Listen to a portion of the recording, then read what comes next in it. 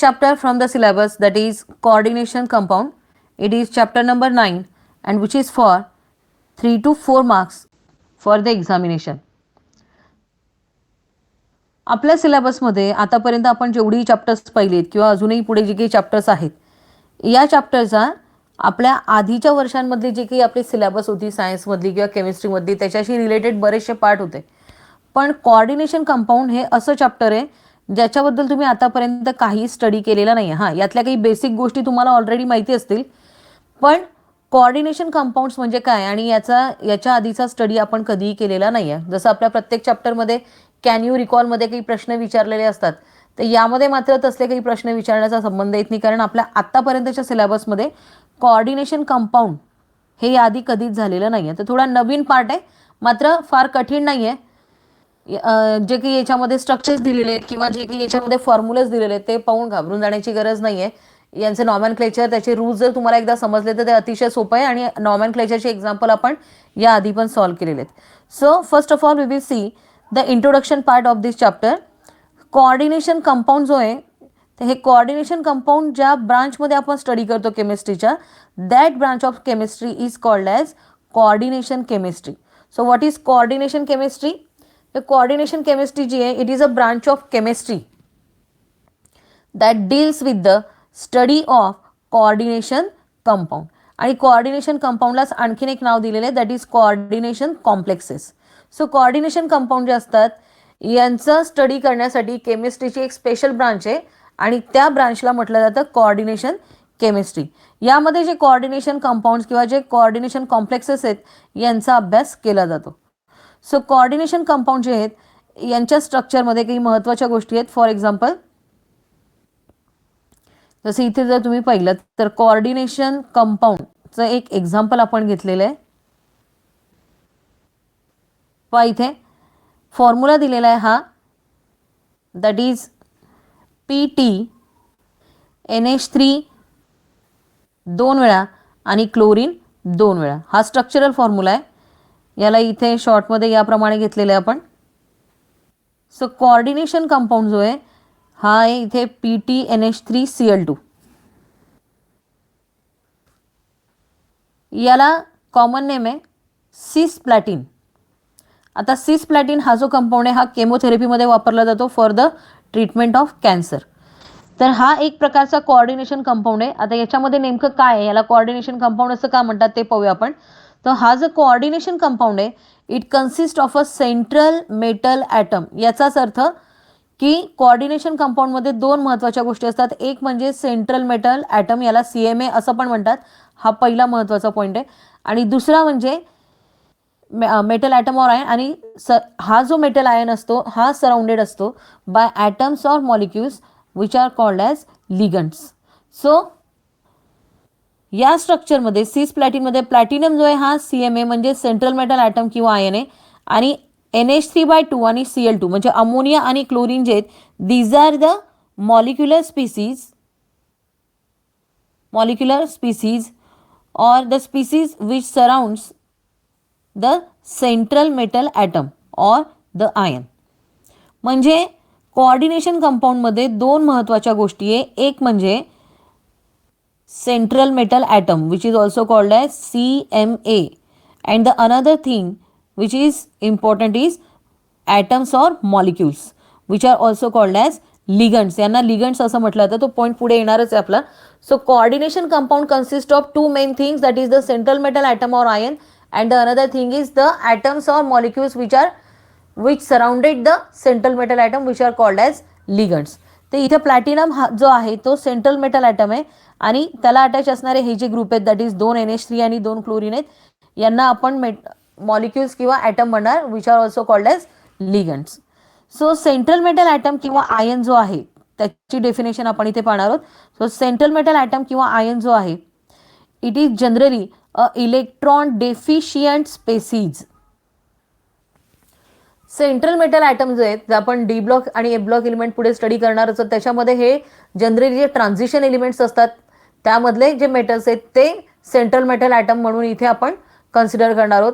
तर हे जे ॲटम्स असतात किंवा हे जे मेटल आयन्स असतात हे जनरली इलेक्ट्रॉन डेफिशियंट असतात. इलेक्ट्रॉन डेफिशियंट आहे म्हणजे त्यांच्याकडे इलेक्ट्रॉनची कमतरता आहे, तर ते काय करतील, they will accept electron donated by the ligands. त्यांना सराउंडिंगमध्ये जे ॲटम्स किंवा मॉलिक्युल्स आहेत ते त्यांना इलेक्ट्रॉन पेअर डोनेट करतात आणि हे जे मेटल आयन्स असतात, सेंट्रल मेटल आयन, हे ते ॲक्सेप्ट करतात, म्हणून ते इलेक्ट्रॉन डेफिशियंट आहेत. आणि लेविसची जी ॲसिड बेस कन्सेप्ट आहे त्याच्यानुसार आपण त्यांना ॲसिडसुद्धा म्हणू शकतो. जे सेंट्रल मेटल ॲटम्स आहेत त्यांना आपण लेविस ॲसिड असंही म्हणू शकतो. ऑन द कॉन्ट्रॅरी, यांच्याच अपोजिटमध्ये जर आपण कन्सिडर केलं तर लिगंड जे असतात ते एक्झॅक्टली याच्या अपोजिट येतील. म्हणजे काय, सो लिगंड जे आहेत ते इलेक्ट्रॉन रिच स्पीसीज असतात which surrounds the central metal atom or ion. आणि हे सेंट्रल मेटल ॲटमला किंवा आयनला सराउंडेड असतात आणि त्यामुळे काय करतात, हे कोऑर्डिनेशन बॉन्ड फॉर्म करत असताना सेंट्रल मेटल ॲटमला जे आहेत इलेक्ट्रॉन पेअर डोनेट्स करतात to the central metal atom. That means these are the Lewis base, यांना आपण असं म्हणू शकतो. Lewis base acid base concept जी त्याच्यानुसार, कारण हे इलेक्ट्रॉन रिच असल्यामुळे इलेक्ट्रॉन पेअर काय करतायत, ते डोनेट करतात. कुणाला डोनेट करतायत, they can donate the electron pair to the central metal atom. So coordination कंपाऊंडमध्ये जे दोन भाग आहेत महत्त्वाचे, एक म्हणजे सेंट्रल मेटल ॲटम आणि दुसरा म्हणजे लिगंड्स, हे एकमेकांसोबत कोऑर्डिनेशन बॉन्ड फॉर्म करतात by acceptance of electron and donation of electron. म्हणजे जो लिगंड आहे तो इलेक्ट्रॉन पेअर डोनेट करेल आणि जो सेंट्रल मेटल ॲटम आहे तो इलेक्ट्रॉन पेअर काय करणार आहे, इथे ॲक्सेप्ट करणार आहे. सो लिगंड जे असतात they are attach to the central metal atom or ion directly through the coordinate bonds. यांच्यामध्ये जी बॉन्डिंग प्रेझेंट असते मेटल आणि लिगंडमध्ये तिला कोऑर्डिनेट बॉन्ड असं म्हटलं जातं. कोऑर्डिनेट बॉन्ड म्हणजे काय ते पाहूया आपण आता इथे. सो कोऑर्डिनेट बॉन्ड इंडिकेट करण्यासाठी हा ॲरो यूज केला जातो. ॲरोला दोन पार्ट आहेत, एक म्हणजे त्याचा टेल पार्ट आणि एक म्हणजे त्याचा head part. So when a ligand donates electron pair to the central metal atom a coordinate bond is formed. जेव्हा एखादा लिगंड हा सेंट्रल मेटल ॲटमला इलेक्ट्रॉन पेअर डोनेट करतो तर त्यांच्यामध्ये ज्या प्रकारचा बॉन्ड फॉर्म होतो that is called as a coordinate bond. आणि याला रिप्रेझेंट करण्यासाठी ॲरोचा वापर केला जातो. तर ॲरोचं जे हेड असतं हे नेहमी इलेक्ट्रॉन ॲक्सेप्टरकडे असतं आणि which indicated by the arrow head. आणि याला जे ते ॲरो हेडने दाखवलं जातं. डोनेट जो करतोय त्याच्याकडे टेल पार्ट असतो, म्हणजे लिगंडकडे टेल पार्ट असेल आणि जो हेड पार्ट आहे तो नेहमी ॲक्सेप्टर म्हणजेच कुठे सेंट्रल मेटल ॲटमकडे प्रेझेंट असतो. त्यानंतरचा पॉईंट पाहूया आपण की आता आपण जर म्हणतोय की इलेक्ट्रॉन पेअर डोनेट करतात किंवा ॲक्सेप्ट करतात किंवा लेविस कन्सेप्टनुसार यांना आपण काय म्हणणार, तर ती कन्सेप्ट आपण परत एकदा इथे पाहूया की लेविस कन्सेप्ट काय ॲसिड आणि बेसची. तर लेविस कन्सेप्ट जी आहे त्याच्यामध्ये एक असतो ॲसिड आणि दुसरा असतो बेस. यामध्ये महत्त्वाचा पॉईंट आहे, आपण 11वीत हा पॉईंट ऑलरेडी पाहिलेला आहे की इलेक्ट्रोफाइल्स आणि न्यूक्लिओफाइल्स म्हणजे काय, तर ते सुद्धा इलेक्ट्रोफाइल्स आणि न्यूक्लिओफाइल जे असतात ते सुद्धा लेविस कन्सेप्टनुसार ॲसिड आणि बेस असतात. तोच पॉईंट इथे आपण रिपीट करणार आहोत. याच्यामध्ये आपण फरक पण सांगू शकतो की जे लेविस ॲसिड आहेत ते इलेक्ट्रॉन पेअर ॲक्सेप्टर आहेत, तर जे बेस आहेत ते इलेक्ट्रॉन पेअर डोनर आहेत. हे इलेक्ट्रॉन पेअर ॲक्सेप्ट का करतात, कारण ते इलेक्ट्रॉन डेफिशियंट आहे. आणि हे इलेक्ट्रॉन पेअर डोनेट करू शकतात because they are electron rich. यांना आपण इलेक्ट्रोफाइल्स पण म्हणू शकतो, यांना आपण न्यूक्लिओफाइल्स म्हणू शकतो. याचं एक्झाम्पल जे आहे ते सेंट्रल मेटल ॲटम आणि याचं एक्झाम्पल जे ते म्हणजे लिगंड. जे ॲटम आणि लिगंड जे ॲटम आणि मॉलिक्युल सेंट्रल मेटल ॲटमला सराउंडेड असतात त्यांना आपण लेविस बेस असं म्हणू शकतो. सो सेंट्रल मेटल ॲटम जे असतात they accept the electrons from the ligands and hence they are Lewis acid. On the other hand they donate electron, they means the Lewis base, they donate electron to the central metal atom and form coordinate bonds and hence they are called as Lewis base. So Lewis concept G acid आणि बेसची याच्यामध्ये जर आपण divide केलं तर जो central acid जो आहे लेविस ॲसिड जो आहे तो म्हणजे सेंट्रल मेटल ॲटम किंवा आयन, याला आपण CMA पण म्हणतो. आणि लेविस बेस म्हणजे काय, तर जे लिगंड्स आहेत म्हणजे याच्यामध्ये ॲटम आणि मॉलिक्युल दोघी पण येतील, जे डोनर्स आहेत ते याच्यामध्ये कन्सिडर केले जाऊ शकतात. सो हे सेंट्रल मेटल ॲटमला लेविस ॲसिड का म्हणतात, कारण ते इलेक्ट्रॉन पेअर ॲक्सेप्ट करतात.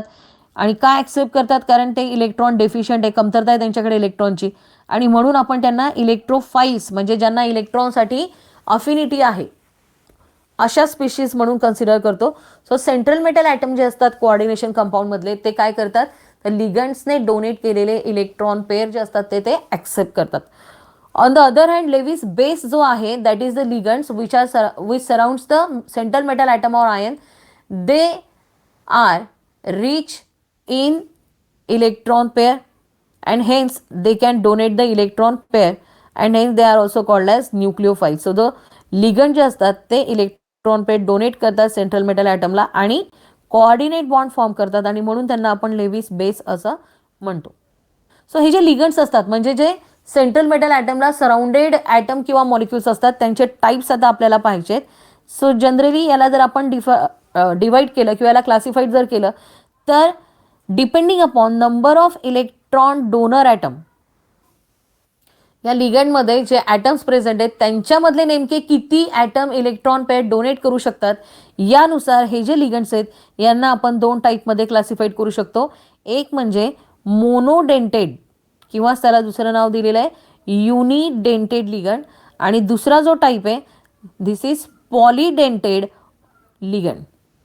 डेंटिसिटी म्हणजे किती इलेक्ट्रॉन पेअर डोनेट करू शकतात त्यावरून हा वर्ड घेतलेला आहे डेंटेड. सो मोनो म्हणजे सिंगल, मोनो आणि युनी दोघी शब्दांचा अर्थ होतो सिंगल. सो मोनोडेंटेड किंवा युनिडेंटेड लिगंड जे असतात हे एकावेळी फक्त यांच्याकडे जे ॲटम्स आहेत ते फक्त एकच ॲटम असतो जो इलेक्ट्रॉन पेअर डोनेट करू शकतो, आणि त्यामुळे हे एका टाईपमध्ये डिवाइड केलेले आहेत. आणि एकापेक्षा जास्त जर ॲटम्स असतील जे इलेक्ट्रॉन पेअर डोनेट करू शकतात तर ते सगळे कन्सिडर केले जातात पॉलीडेंटेडमध्ये. याचाच अर्थ पॉलीडेंटेडमध्ये 2 पासून पुढचे डेंटिसिटी आपण कन्सिडर करू शकतो. फॉर एक्झाम्पल जर 2 इलेक्ट्रॉन पेअर डोनर असतील तर त्याला बायडेंटेड म्हणतील, जर 3 असतील तर ट्रायडेंटेड, किंवा त्यापेक्षा जास्त असतील तर पेंटाडेंटेड किंवा हेक्झाडेंटेड, याप्रमाणे त्याचं क्लासिफिकेशन आपण फर्दर करू शकतो. पहिला टाईप पाहूया आपण which is called as monodentate ligand. Mono means single, dentate means electron pair donate करणारे आणि ligands. So हे जे monodentate ligands असतात this is the one where a single donor atom shares an electron pair to form a coordinate bond with central metal ion. एकच electron pair donate करतात त्यामुळे यांना monodentate ligand असं म्हटलं जातं. जनरली जेवढे पण निगेटिव्ह चार्ज असणारे ॲटम्स आहेत ते सगळे आपण यामध्ये ॲटम्स किंवा आयन जे ते आपण याच्यात कन्सिडर करू शकतो. For example Cl minus, OH minus, Cn minus that is chlorine, hydroxyl किंवा सायनाइड.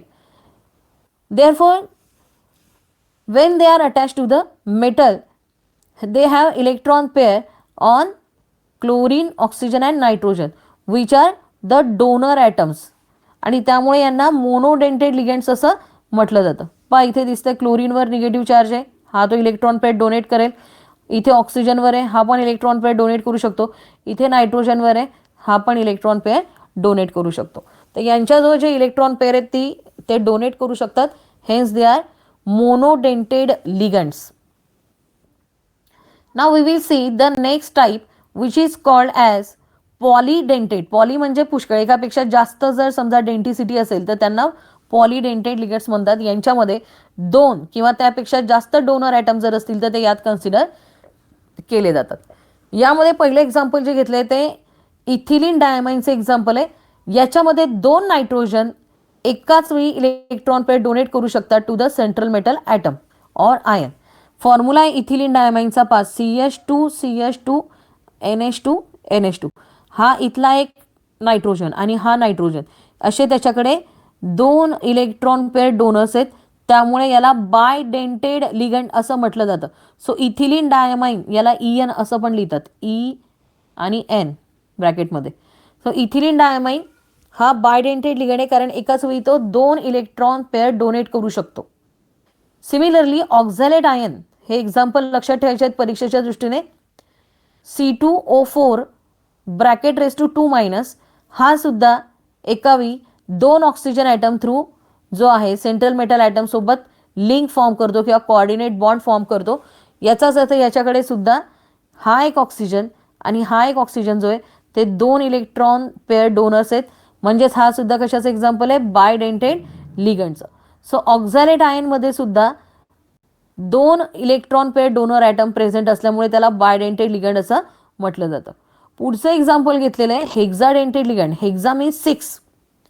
तो हा जो लिगंड आहे याच्यामध्ये 6 डोनर ॲटम्स आहेत आणि त्यामुळे याला हेक्झाडेंटेड लिगंड म्हणतात. याचं एक्झाम्पल जे ते नीट लक्षात घ्या, ethylene diamine tetra acetate, EDT आणि A. तर शॉर्ट फॉर्ममध्ये याला म्हणतात EDTA. This binds to metal ion by electron pair of 4 oxygen and 2 nitrogen atoms. म्हणजे 4 ऑक्सिजन आणि 2 नायट्रोजन टोटल झाले 6. तर असे याच्याकडे इलेक्ट्रॉन पेअर डोनर्स किती आहेत, 6. याचं स्ट्रक्चर जर तुम्ही कन्सिडर केलं तर हा पहिला नायट्रोजन, हा दुसरा नायट्रोजन, हे 2 नायट्रोजन झाले. त्यानंतर हा पहिला ऑक्सिजन, दुसरा ऑक्सिजन, तिसरा आणि चौथा 4 ऑक्सिजन, असे टोटल 6 इलेक्ट्रॉन पेअर डोनर्स आहेत त्याच्याकडे. म्हणून EDTA, that is ethylene diamine tetraacetate, is an example of hexadentate ligand. So ligands म्हणजे काय आणि त्याचे टाइप्स आपण पाहिले. ते इथे हे जे आपण पाहिलं होतं हे आपण पाहिलं की किती त्यांच्याकडे डोनर ॲटम्स किंवा ग्रुप प्रेझेंट आहे त्यानुसार मोनोडेंटेड आणि पॉलीडेंटेड. पॉलीडेंटेडमध्ये परत नंबरनुसार कन्सिडर केले तर बायडेंटेड किंवा हेक्झाडेंटेड असे एक्झाम्पल्स आपण घेतले. आता एक थोडासा वेगळा प्रकार इथे आहे. इथे संख्या महत्त्वाची नाही आहे की किती ॲटम्स प्रेझेंट आहे. ॲम्बिडेंटेड लिगंड हा आणखीन एक टाईप आहे. सो ॲम्बिडेंटेड या शब्दाचा अर्थ होतो की एकाच वेळी 2 ग्रुप असतील पण त्याच्यापैकी फक्त एकच कुठला तरी एकच ग्रुप जो आहे तो एकावेळी वापरला जाईल. जसं ॲम्फिबियन्स जे असतं शब्द, तर म्हणजे जे प्राणी जमिनीवर आणि पाण्यात दोघीकडे राहू शकतात पण एकावेळी एकाच ठिकाणी, एक तर जमिनीवर किंवा पाण्यावर. सिमिलरली हे पण त्याच प्रकारे ॲम्बिडेंटेड आहे. 2 इलेक्ट्रॉन ग्रुप याच्याकडे डोनेट करायला पण एकावेळी कुठला तरी एकच सेंट्रल मेटल ॲटम सोबत ॲटम जो आहे तो इलेक्ट्रॉन पेअर डोनेट करून बॉन्डिंग फॉर्म करू शकतो. म्हणून याला ॲम्बिडेंटेड लिगंड असं म्हटलं जातं. सो ॲम्बिडेंटेड लिगंड डेफिनेशन विचारली जाऊ शकते. या लिगंडमध्ये 2 डोनर ॲटम्स प्रेझेंट असतात and they use the electron pair of either donor atom. दोघांपैकी कुठला तरी एकच जो आहे it can form a coordinate bond with the metal ion and are called ambidentate ligands. म्हणजे यांच्याकडे 2 ॲटम्स असतात एकावेळी जे इलेक्ट्रॉन पेअर डोनेट करू शकतात पण ते एकावेळी फक्त एकाच ॲटमला बॉन्ड फॉर्म करू शकतो, एकच ॲटम बॉन्ड फॉर्म करू शकतो किंवा एकच ॲटम जो आहे तो सेंट्रल मेटल ॲटमला इलेक्ट्रॉन पेअर डोनेट करतो. फॉर एक्झाम्पल इथे एक्झाम्पल घेतलेलं आहे पहा, NO2 नायट्रो. तर याच्यामध्ये जो आहे मेटल आयन जो आहे तो एकतर नायट्रोजन सोबत बॉन्डिंग फॉर्म करतो किंवा ऑक्सिजन सोबत फॉर्म करतो. जेव्हा तो नायट्रोजन सोबत फॉर्म करतो मेटल आणि नायट्रोजन तेव्हा या प्रकारे बॉन्डिंग फॉर्म होईल आणि जेव्हा तो ऑक्सिजन सोबत फॉर्म करतो तेव्हा हा ऑक्सिजन मेटल सोबत बॉन्डेड असतो आणि त्यामुळे तो या प्रकारची बॉन्डिंग फॉर्म करेल. म्हणजेच नायट्रोजन जवळ नायट्रो ग्रुप जो आहे त्याच्यामध्ये 2 इलेक्ट्रॉन पेअर डोनेट आहे. एक म्हणजे नायट्रोजन आणि दुसरा म्हणजे ऑक्सिजन. तर जेव्हा तो नायट्रोजन सोबत बॉन्डिंग फॉर्म करेल तेव्हा या प्रकारे फॉर्म्युला येईल आणि ऑक्सिजन सोबत फॉर्म करेल तेव्हा या प्रकारे. म्हणजे दोघांपैकी कुठला तरी एक. म्हणून हा NO2 जो आहे हा ॲम्बिडेंटेड लिगंड आहे. एकाच वेळी 2 ॲटम याच्याकडे डोनर ग्रुप म्हणून आहे पण तो फॉर्म करतो फक्त कुठल्या तरी एका थ्रूच. आणखीन एक एक्झाम्पल आपण इथे पाहू शकतो जसं HCN, सल्फर आणि सायनाईड. थायोसायनाईड हा ग्रुप आहे हा. याच्यात पण 2 ॲटम्स आहेत जे डोनर ग्रुप आहेत किंवा डोनर ॲटम्स आहेत. एक म्हणजे नायट्रोजन आणि दुसरा आहे सल्फर. जेव्हा हा सल्फर थ्रू बॉन्ड फॉर्म करतो तेव्हा याप्रमाणे असेल HCN आणि जेव्हा नायट्रोजन यातला बॉन्ड फॉर्म करेल तेव्हा तो याप्रमाणे असेल, that is NCS. So ambidentate ligand जे असतात यांच्याकडे 2 इलेक्ट्रॉन पेअर डोनर असतात पण हे एकावेळी फक्त एकाच कुठल्या तरी ॲटम सोबत बॉन्ड फॉर्म करू शकतात किंवा यांच्याकडून इलेक्ट्रॉन पेअर ॲक्सेप्ट करू शकतात. Now we will see the next point, that is the terms used in coordination chemistry. काही टर्म्स आहेत ज्या कोऑर्डिनेशन केमिस्ट्रीमध्ये महत्त्वाच्या आहेत. 1 बाय 1 एक एक पाहूया आपण.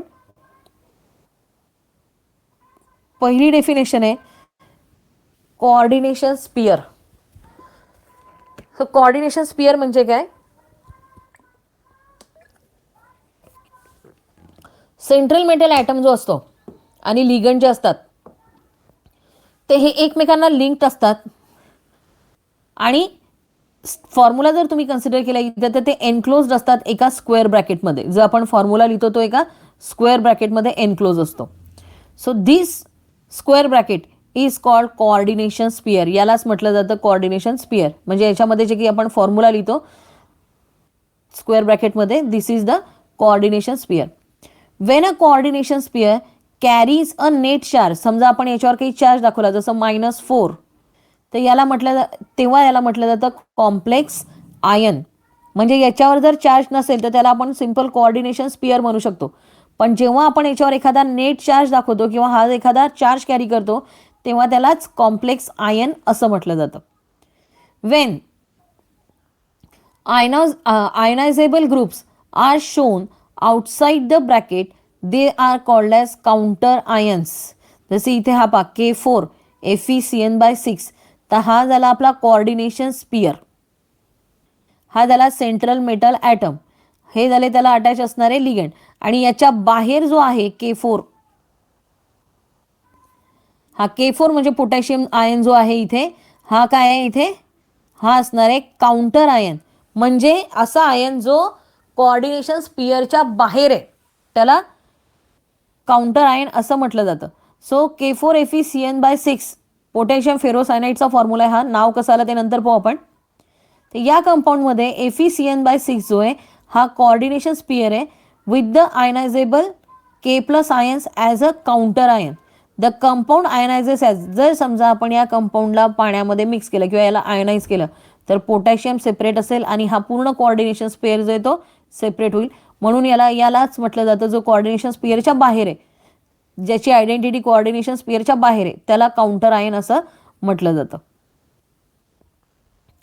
So next point we will see, which is most important in this chapter, that is the charge number of complex ion and oxidation state of metal ion. Charge number आणि oxidation state कशी calculate करतात हे तुम्ही याच्या आधीच्याही चॅप्टर्समध्ये पाहिलेलं असेल. आता इथे आपल्याला परत एक वेळ पाहायचं आहे की चार्ज नंबर्स म्हणजे नेमकं काय असतं. सो चार्ज जो आहे तो कोऑर्डिनेशन स्पियर जो टोटल चार्ज कॅरी करतो तो चार्ज जो आहे तो म्हणजेच काय त्याचा कॉम्प्लेक्स आयनचा चार्ज आहे. तर नेट चार्ज जो आहे residing the complex ion is it's charge number. आता चार्ज नंबर काय तर it is the algebraic sum of the charges carried by the metal ion and the ligand. जो मेटल आणि ligand यांचे चार्जेस असतात त्यांची टोटल म्हणजेच काय तर त्या सगळ्यांची टोटल म्हणजे नेट चार्ज त्याच्यावरचा. The charge carried by the metal ion is its oxidation number. Metal आयनवर जो काही चार्ज असतो तोच त्याचा ऑक्सिडेशन स्टेट किंवा ऑक्सिडेशन नंबर असतो. फॉर एक्झाम्पल, हे एक्झाम्पल नीट समजून घ्या. इन FeCN6 याच्यावर टोटल चार्ज आहे -4. It can be used to calculate the oxidation state of Fe. Thus समजा जर आपल्याला Feची ऑक्सिडेशन स्टेट काढायची आहे तर आपल्याला टोटल चार्ज दिलेला आहे CNचा आपण कॅल्क्युलेट करू शकतो आणि त्याच्यावरून Feचा आपण काढू शकतो. तर हा चार्ज कुठून आलेला आहे, याच दोघांची टोटल म्हणजे हा चार्ज आलेला आहे. तर इथे CNची जी व्हॅल्यू आहे ती आपण ते कशा प्रकारे कॅल्क्युलेट केली आहे. So charge on the complex is -4. Oxidation state of Fe plus charge of the ligands या दोघांची टोटल म्हणजे हा charge of the complex. Oxidation state of Fe आपल्याला माहित नाही, ती आपण x कन्सिडर करू, प्लस 6 हा चार्ज आहे CNचा, सॉरी CN ची जी व्हॅल्यू आहे ती आहे 6 आणि त्याच्यावरचा टोटल चार्ज आहे -1. तर ही जी टोटल झाली आपली ही झाली -6 आणि एक्सची जर व्हॅल्यू आपल्याला काढायची असेल तर -6 मायनस इकडे व्हॅल्यूज आपण हे करू तर इथे येईल तो -4 plus 6 which is equal to +2. So x is equal to म्हणजेच the charge oxidation state of Fe is equal to +2. आणि यामध्ये आपण हे कॅल्क्युलेट पण करू शकतो आणि बऱ्याचशा मेटलच्या ऑक्सिडेशन स्टेट या ऑलरेडी दिलेल्या आहेत तर आपण पाठही करू शकतो. या पद्धतीने आपण ऑक्सिडेशन स्टेट जी आहे ती कॅल्क्युलेट करू शकतो. पुढचा पॉईंट पाहूया आपण. That is coordination number. Coordination number of central metal ion. आता हा नंबर म्हणजे काय, तर सेंट्रल मेटल ॲटमला एका वेळी किती मोनोडेंटेड लिगंड्स अटॅच आहेत ती संख्या म्हणजेच काय, coordination number. The coordination number of metal ion attach to the monodentate ligand is equal to the number of ligands bound to it. For example पाहिजे CONH3/4Cl2. आता इथे जर आपण कन्सिडर केलं की हा CO म्हणजे कोबाल्ट जो आहे तो सेंट्रल मेटल ॲटम आहे, तर याला किती ग्रुप अटॅच आहेत एका वेळी, 4 NH3 आहे आणि 2 Cl2. मग 4 + 2 किती झाले, टोटल 6. म्हणजे याच्याकडे किती डोनर ॲटम्स आहेत प्रेझेंट, 6. तर 6 डोनर ॲटमपैकी 4 NH3 आणि 2 क्लोरीन आहे. So the coordination number of CO3+ ion that is cobalt ion in this complex is 6. म्हणजे सरळ साधं सिंपल अगदी आपण घेतलं तर कोऑर्डिनेशन नंबर म्हणजे सेंट्रल मेटल ॲटमला एका वेळी किती लिगंड्स अटॅच आहेत, मोनोडेंटेड लिगंड्स अटॅच आहेत ती संख्या म्हणजेच त्याचा कोऑर्डिनेशन नंबर. इथे पहा Fe इन ब्रॅकेट C2O4/3 याच्यावर 3- चार्ज आहे आणि COEN/3 याच्यावर 3+ चार्ज आहे. तर आता हॅव 3 बायडेंटेड लिगंड्स इच. हा ऑक्झॅलेट आयन आहे, हा बायडेंटेड आहे, हा इथिलीन डायमाइन आहे, हा पण बायडेंटेड आहे. म्हणजे हे एकावेळी 2 इलेक्ट्रॉन पेअर डोनेट करणार आणि हे ग्रुप किती वेळा आहे, 3 वेळा. म्हणजेच याचा अर्थ टोटल डोनर ग्रुप किती झाले, 3 दुनी 6. याचाच अर्थ जो कोऑर्डिनेशन नंबर जो आहे Feचा आणि कोबाल्टचा या कॉम्प्लेक्समध्ये तो असणार आहे 6. येते लक्षात. म्हणजे याला हे 3 ग्रुप किती वेळा असणार आहे, 2दा. का, कारण ते बायडेंटेड आहे. हा पण 3 लिहिलेला आहे, पण हा बायडेंटेड ग्रुप असल्यामुळे 3 इलेक्ट्रॉन पेअर्स डोनेट करणारे ग्रुप आहेत. तर 3 दुनी 6 हा त्याचा कोऑर्डिनेशन नंबर असणार आहे इन धिस कॉम्प्लेक्स. दस coordination number of a metal ion in a complex is the number of ligand donor atoms directly attached to it or the number of electron pairs involved in the coordination bond. Coordination bond form होताना किती electron pair त्याच्यासोबत share झालेले आहेत किंवा donate झालेले आहेत ती संख्या म्हणजे त्याचा कोऑर्डिनेशन नंबर असतो. सो आता आपण पुढचा पॉईंट पाहूया, डबल सॉल्ट आणि कोऑर्डिनेशन कॉम्प्लेक्स यांच्यामधला फरक. डबल सॉल्ट आणि कोऑर्डिनेशन कॉम्प्लेक्स हे जवळपास सारखे वाटतात, पण त्याच्यात एक मेजर डिफरन्स आहे, तो काय ते पाहूया. सगळ्यात आधी आपण पाहूया की डबल सॉल्ट म्हणजे काय. डबल सॉल्ट जो आहे हा जेव्हा आपण पाण्यामध्ये डिसोसिएट करतो तर तो कम्प्लिटली पाण्यामध्ये त्याच्या सिंपल आयन्समध्ये डिसोसिएट होतो. फॉर एक्झाम्पल जसं मोहर सॉल्ट आहे, याचा फॉर्म्युला आहे FeSO4 NH4/2 SO4.6H2O. याला जर आपण डिसोसिएट केलं तर हा त्याच्या पूर्ण कॉन्स्टिट्युएंट ॲटममध्ये डिसोसिएट होतो. म्हणजेच Fe सेपरेट होईल, NH4 सेपरेट होईल, SO4 सेपरेट होईल. आणि यांच्या जर आपण टेस्ट घेतल्या तर इंडिव्हिज्युअल टेस्ट यांच्या पॉझिटिव्ह येतात. आयरनची वेगळी येईल, अमोनियाची वेगळी येईल, अमोनियम ग्रुपची वेगळी येईल आणि सल्फेटची वेगळी येईल. याचंच आणखीन एक एक्झाम्पल आहे, दॅट इज कार्नालाइट. हा जो कंपाऊंड आहे KCl MgCl2 6H2O, याला पाण्यात डिसोसिएट केल्यानंतर पोटॅशियम सेपरेट होतो, मॅग्नेशियम सेपरेट होतो आणि क्लोरीन सुद्धा सेपरेट होतो. आणि हे इंडिव्हिज्युअल टेस्ट देतात ज्याच्यामध्ये आपण पोटॅशियम, मॅग्नेशियम किंवा क्लोरीन सेपरेटली चेक करू शकतो. पण कोऑर्डिनेशन कॉम्प्लेक्स जे असतात यांच्यामध्ये कोऑर्डिनेशन कॉम्प्लेक्स जो आहे त्याला जर आपण डिसोसिएट केलं पाण्यामध्ये तर याच्यामध्ये ॲटलिस्ट एक तरी कॉम्प्लेक्स आयन हा असतो. म्हणजे जसं आपण इथे पोटॅशियम फेरोसायनाइडचं एक्झाम्पल घेतलं K4Fe(CN/6), तर काउंटर आयन जो आहे तो सेपरेट होईल, पण बाकीचा जो ग्रुप आहे तो मात्र सेपरेट होणार आणि तो जसाच्या तसा त्याची आयडेंटिटी मेंटेन करतो. याचाच अर्थ एक कॉम्प्लेक्स आयन फॉर्म होतो आणि एक काउंटर आयन फॉर्म करतो. तर इथे Feची तुम्हाला सेपरेट टेस्ट पॉझिटिव्ह मिळणार नाही किंवा सायनाइडची टेस्ट पॉझिटिव्ह मिळणार नाही. इथे तुम्हाला जी टेस्ट पॉझिटिव्ह मिळेल ती Fe(CN/6) या पूर्ण ग्रुपसाठी असेल आणि पोटॅशियम हा वेगळा असेल.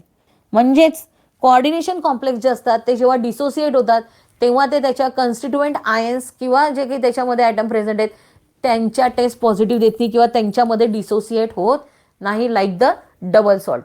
म्हणजे डबल सॉल्ट आणि कोऑर्डिनेशन कंपाऊंड यांचे फॉर्म्युले जर तुम्ही पाहिले ते दोघी कॉम्प्लेक्स आयन वाटतात, पण डबल सॉल्ट जे आहेत ते पाण्यामध्ये डिझॉल्व्ह झाल्यानंतर त्यांच्या कन्स्टिट्युएंट आयनमध्ये डिसोसिएट होतात, वेअर ॲज जे कोऑर्डिनेशन कंपाऊंड्स असतात ते पाण्यामध्ये डिसोसिएट झाल्यानंतर कन्स्टिट्युएंट आयनमध्ये डिसोसिएट न होता कॉम्प्लेक्स आयन फॉर्म करतात आणि त्यामुळे ते त्यांची आयडेंटिटी इंडिव्हिज्युअल देत नाही.